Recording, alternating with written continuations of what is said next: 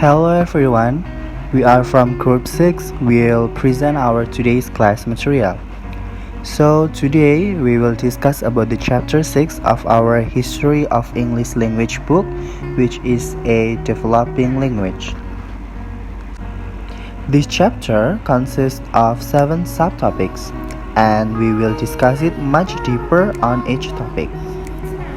The first topic will be explained by Firda Maria Ulfa, and it's about spelling and sound in Old English. And then the second one is the vocabulary of Old English will be delivered by Dwika Muzakka. And then the third one is about Old English, a synthetic language, will be discussed by Rivdha errycia. And then it will be continued with case, gender, and number by Maydina, Tarinda. And then the fifth one is Old English verbs, and it also will be delivered by Rizkylia. And then the sixth one, that is Old English and Scots, will be discussed by Alda Yolanda. And then the last one, Old English dialectical differences, will be explained by Pardede. So without any further ado, let's start the presentation. Hope you will enjoy our presentation. Understanding Old English. In this chapter, we can say about quick introduction to the basic of Old English, and this part to make it clear what some of these different are and to give you a sense of what Old English is like as a language. Spelling and sound in Old English. This word may look unrecognizable, but may sound very similar to modern English equivalent. Very least, it may a modern English word.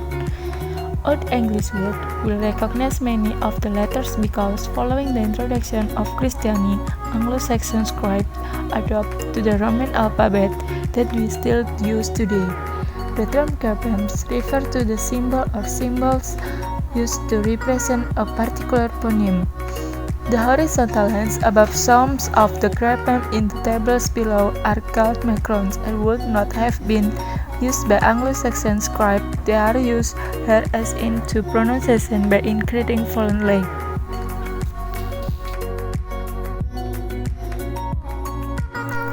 Old English vowel sounds. Saying the vowel sound is so slowly and see if you can hear two individual vowel sounds. The graphemes that represent diphthongs in Old English are shown.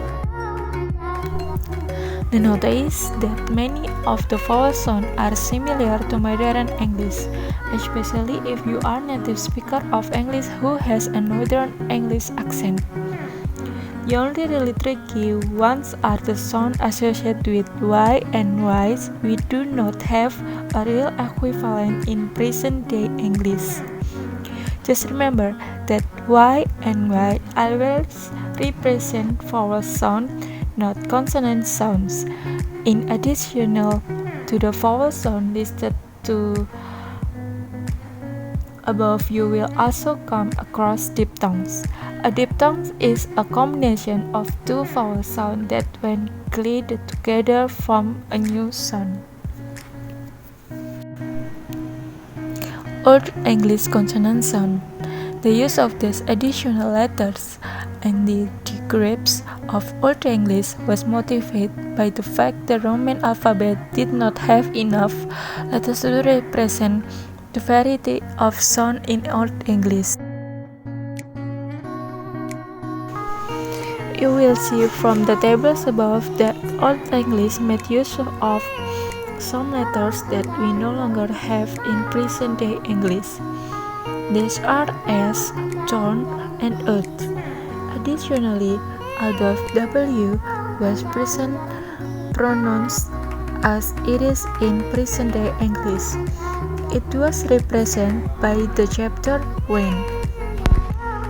Okay, now we will continue to the next subtopic, which is the vocabulary of Old English.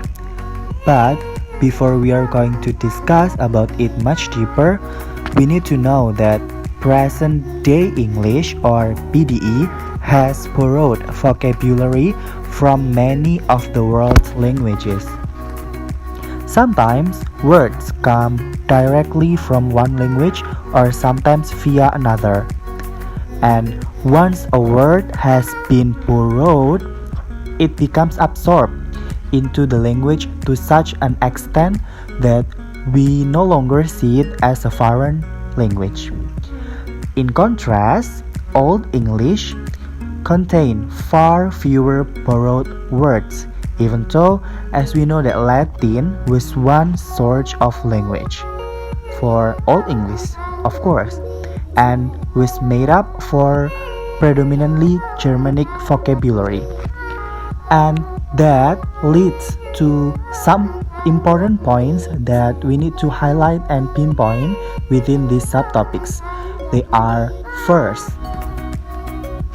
some Old English or OE words are instantly recognizable and are still used in present-day English, even if our modern spellings are sometimes slightly different, such as gold, candle, and honey.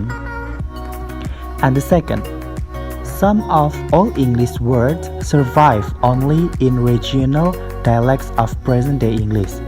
For instance, well, or as in puppy, exists in northeast and northwest, and this comes from words of Old English well. And then the second, nash, which means afraid of the cold.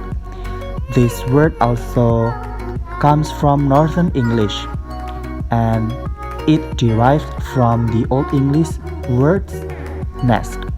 And then the last one, oxter, which means armpit.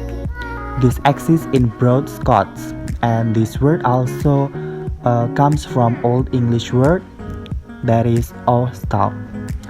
And we're going to continue to the third one. Sometimes, even though we know that what looks like a familiar word means something quite different in Old English, such as dream.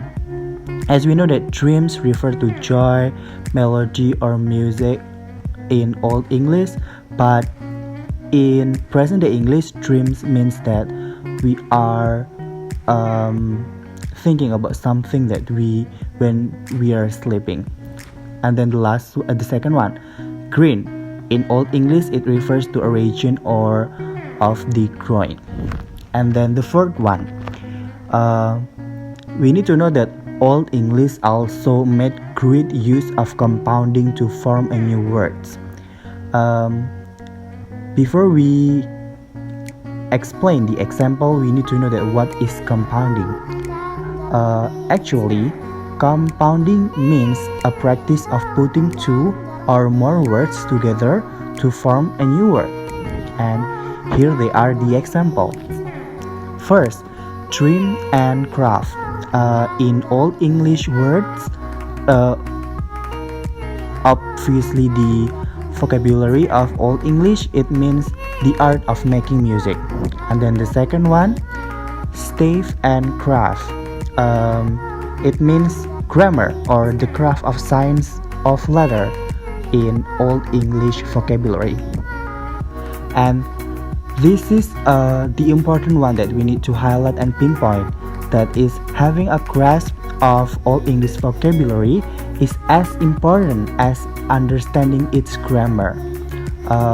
Based on Mitchell 1995 suggests that vocabulary is even more important than grammar in understanding Old English text. So the third subchapter is about a synthetic language. Old English is very different with the present-day English. The old one is the synthetic or inflectional language, while the present one is analytic or isolating language. Synthetic language is the primary means of conveying the grammatical function of a word is by adding an ending to it, and the ending is called inflection, while the analytic language is the grammatical function of a word and phrases in a sentence is indicated by the order in which they appear. So in the Old English, the subject of a sentence is marked by adding X in the end of the word, and the object of the sentence is marked by adding Z in the end of the word. But in the present-day English, the subject and the object is based on the order of the sentence. This is the example of the use of English in OE and PDE. So the first example is short ox wings sick birds and sick birds short ox wings.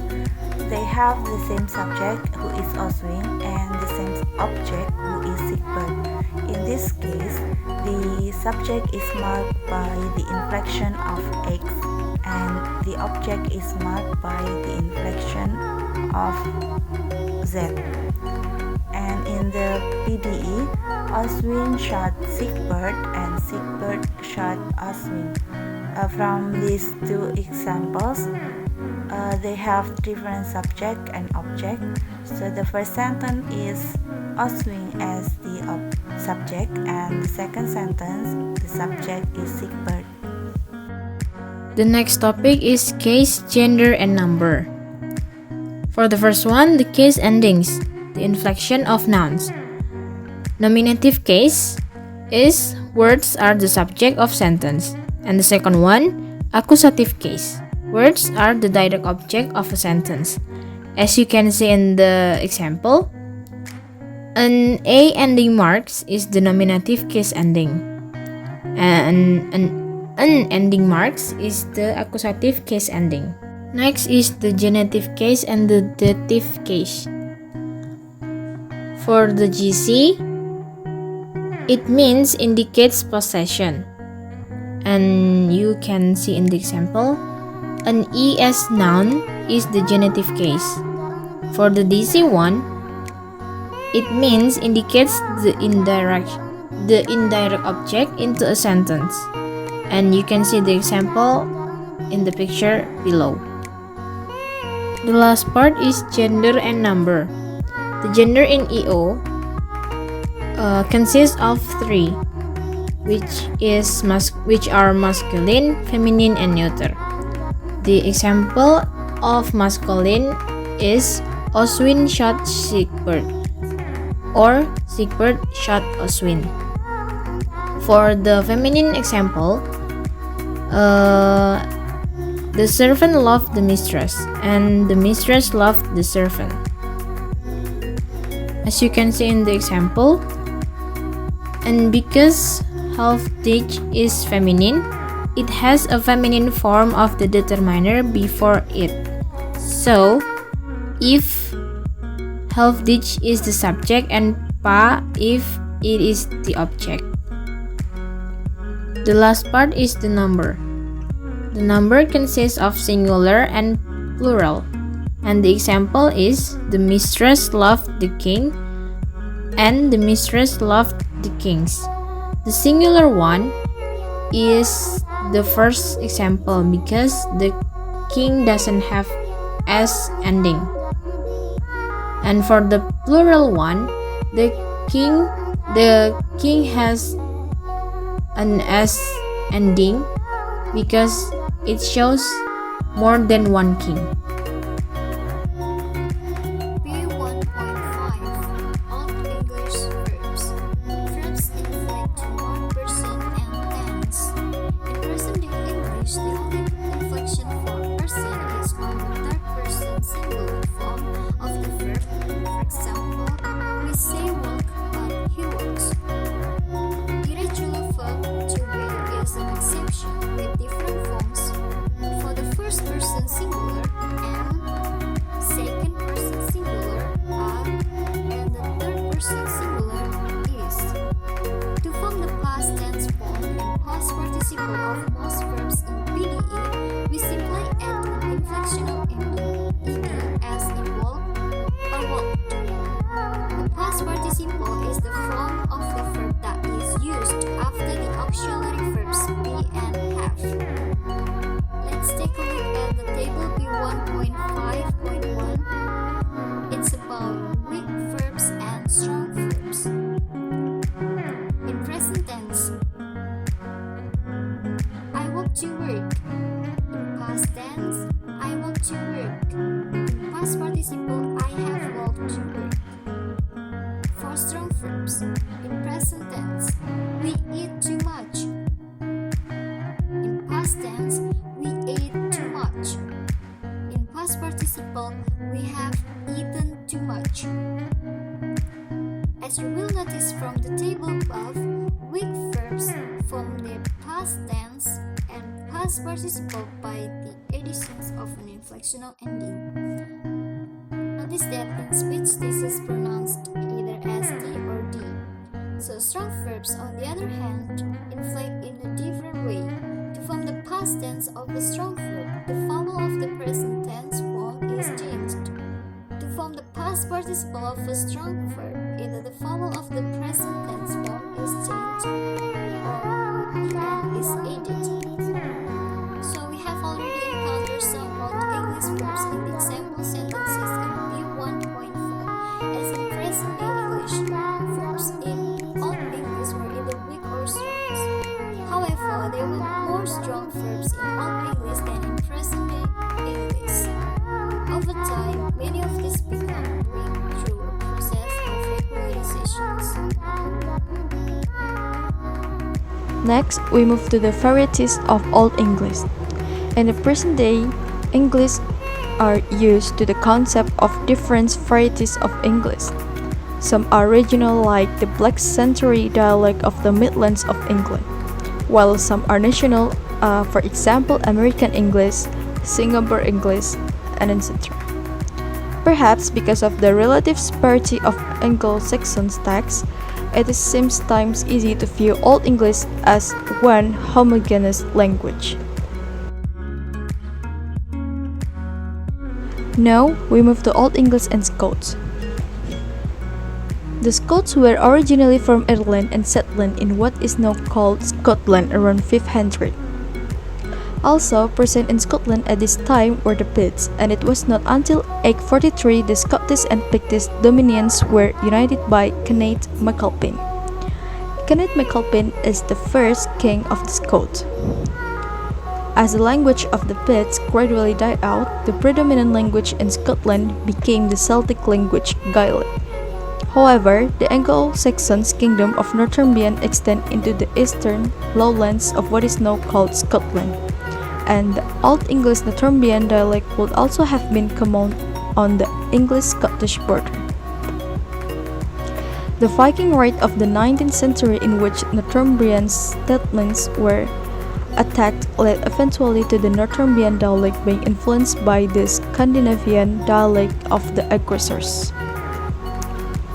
A Scottish dialect of English emerged in the Middle English period during the reign of Malcolm III of Scotland, who used English as opposed to Gaelic as the language of his royal court, and whose wife Margaret was the great-niece of the Edward the Confessor.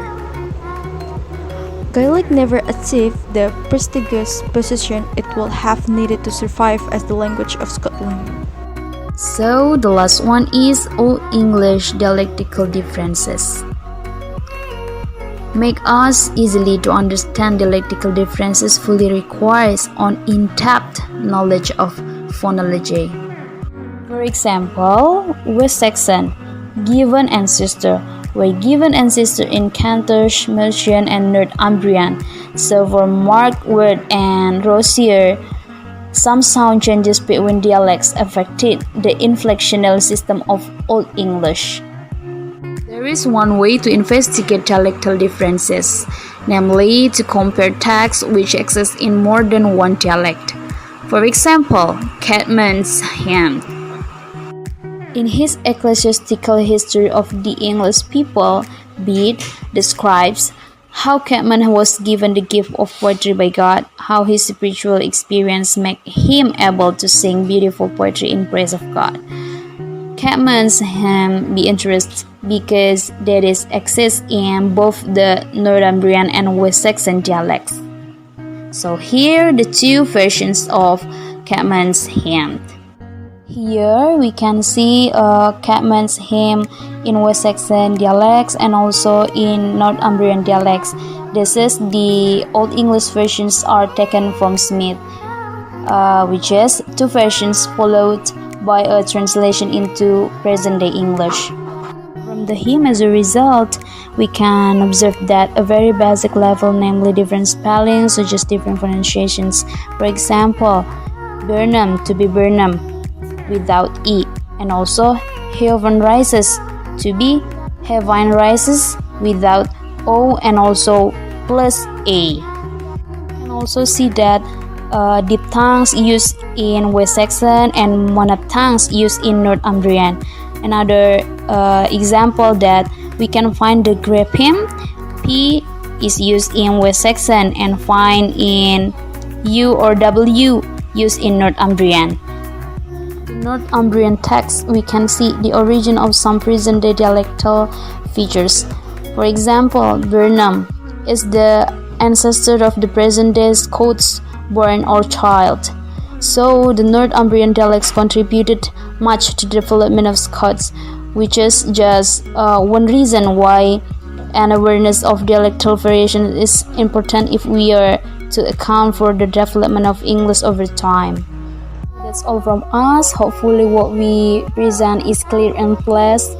We also open and certainly very happy if there is feedback given, maybe it is questions, comments or suggestions. So for your attention, we say thank you.